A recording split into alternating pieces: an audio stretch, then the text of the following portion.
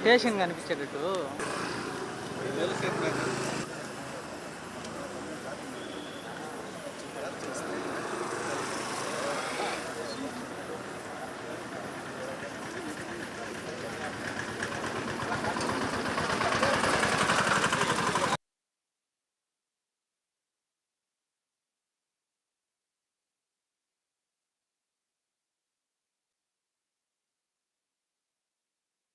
నిన్నటి నుంచి కిరణ్ రాయల్ మాట్లాడుతున్న మాటలన్నీ చూస్తున్నారు. దాని కింద ఎన్నో మెసేజ్లు పెడుతున్నారండి. అన్నీ చూస్తున్నాను. ఒక్క స్త్రీ మోసపోయి ఇంత బాధలో ఉండి ఇన్ని సాక్ష్యాలు ముందర పెట్టి పెడుతుంటే ఎలా మనసొచ్చి ఇంత ఘోరంగా మెసేజ్లు పెడుతున్నారు, ఎలా ట్రోల్ చేస్తున్నారు అనేది నాకు చాలా బాధాకరమైన విషయం. అది ఇదే మీ ఇంట్లో జరిగితే మీరు ఒప్పుకుంటారా? మీరు భరిస్తారా? అదే ఒక స్త్రీనే అడుగుతున్నాను. మీ లైఫ్లో ఇలా జరిగితే మీరు ఇలానే కామ్గా ఇన్ని సంవత్సరాలు కామ్గా ఉండగలుగుతారా? మీ పిల్లల్ని చంపుతాను అని బెదిరిస్తే ఒక అతను వచ్చి మీరు కామ్గా ఉండగలుగుతారా? అదే మగవాళ్ళు మిమ్మల్ని కన్నది ఒక తల్లే, మీ భార్య ఒక అమ్మాయి, మీ కూతురు ఉంటుంది, మీ ఇంట్లోనే జరుగుతున్నాయి ఇన్సిడెంట్స్ ఎన్నో ఉంటాయి, బయట కనిపించవు అంతే. మీరు ఇలానే రియాక్ట్ అవుతారా? మీరు మాట్లాడుతున్నవన్నీ ఎంత దారుణంగా ఉన్నాయో ఒకసారి రీచెక్ చేసుకోండి. నేను ఇన్ని సాక్ష్యాలు చూపించి నేను ఒప్పుకున్నాను, నేను చేసింది పొరపాటని నేను ఒప్పుకున్నాను. నా లైఫ్ నాశనం అయిపోయింది. నేను ఇంత ఓపెన్గా నేను చెప్పినప్పుడు కూడా ఇంత ఘోరంగా ట్రోల్ చేస్తున్నారు. ఎల్లో మీడియా రకరకాల ఇవి చేస్తున్నారు. చాలా దారుణంగా ఉంది. అతను మాట్లాడిన దానికి ప్రతి దానికి నా దగ్గర ఆన్సర్స్ ఉన్నాయి. అతను మాట్లాడిన విషయాలు దయచేసి ఒక రిక్వెస్ట్ చేస్తున్నానండి. ఒక స్త్రీని మాట్లాడేటప్పుడు ఆ అమ్మాయి లైఫ్ అసలు ఏంటి, ఎందుకు ఇలా అయ్యింది, ఎందుకు ఆ అమ్మాయి ఇలా చేయవలసి వచ్చింది అని దయచేసి ఆలోచించండి. ఆలోచించి మెసేజ్ పెట్టండి. మీరు పెద్దవాళ్ళైనా చిన్నవాళ్ళైనా చేతులెత్తి దండం పెడుతున్నాను, దయచేసి ఆలోచించండి. ఒక క్షణం ఆలోచించి మెసేజ్ అనేది పెట్టండి. ఒక సెకండ్ టైప్ చేస్తే మెసేజ్ వెళ్ళిపోతుందండి. ఆ మెసేజ్ వల్ల ఎదుటి వాళ్ళు ఎంత బాధపడుతున్నారు, ఆ మెసేజ్ వల్ల ఇంకా ఎంతమందికి మీరు నెగిటివిటీ అనేది ఇస్తున్నారు అనేది దయచేసి ఆలోచించండి. మంచికి సపోర్ట్ ఉండండి, చెడుకు కాదు.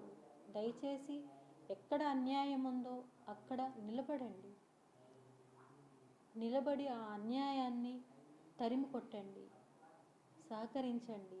ఆ అన్యాయం అయిపోయిన స్త్రీలకి అండగా నిలబడండి దయచేసి. లేదా మీ వల్ల కాదా సైలెంట్గా ఉండిపోండి.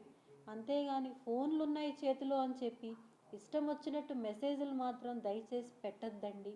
దయచేసి స్క్రోల్స్ చేయొద్దండి. నోటికి వచ్చినట్టు మాట్లాడద్దండి. చేతులెత్తి నమస్కరించి మరీ చెప్తున్నాను.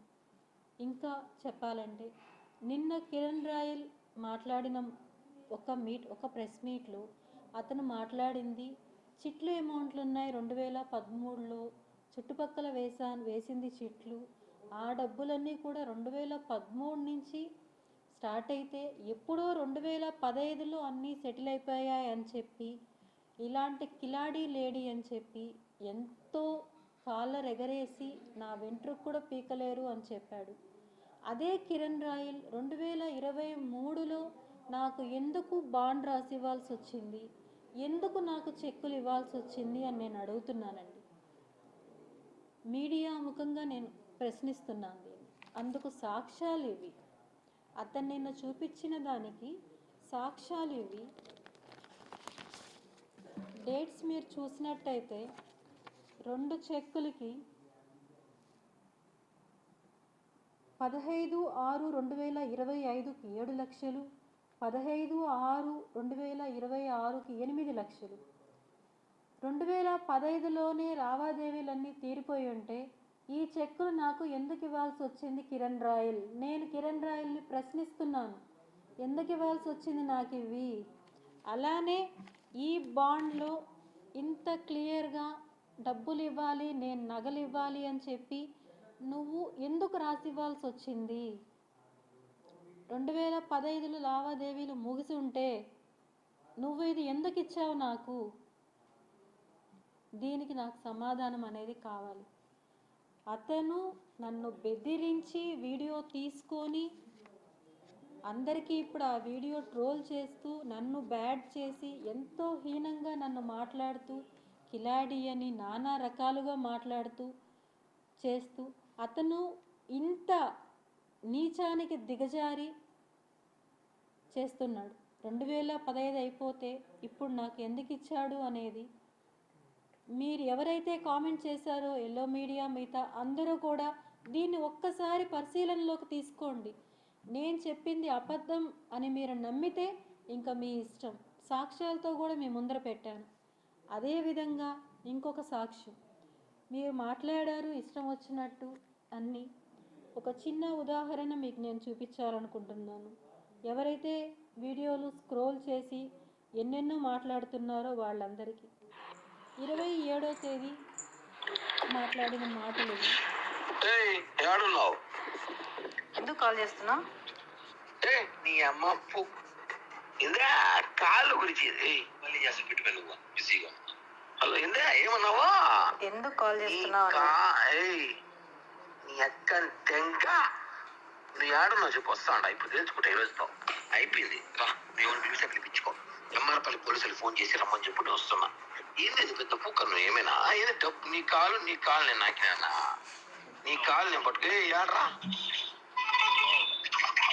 తీసుకో రారా పూక్క అన్నా. నువ్వు రారా పూక్క ఇంటికాడి లవడే కప్పల్ నా దగ్గర ఉంది అప్పలు రా. హలో ఏంది మీ నీ బాధ?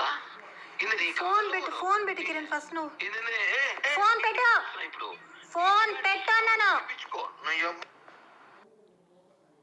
ఇలా కాల్ చేసి బెదిరించిన ఒక 30 నిమిషాలకంతా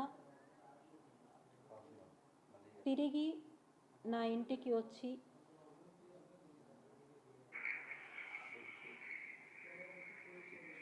డేట్ కూడా చూడండి. నా ఇంటికి వచ్చి మా పెద్దబ్బాయితో మాట్లాడి నేను మిద్దె పైన ఉన్నానని తెలిసి మిద్దెపైకి వచ్చి నన్ను కిరాతకంగా కొట్టి మళ్ళీ అతను ఎలా దిగి వెళ్తున్నాడో ఒక్కసారి చూడండి. అందరూ మెసేజ్లు చాలా ఘాటుగా పెట్టారు కదండి, అదే కళ్ళతో చూడండి ఒకసారి.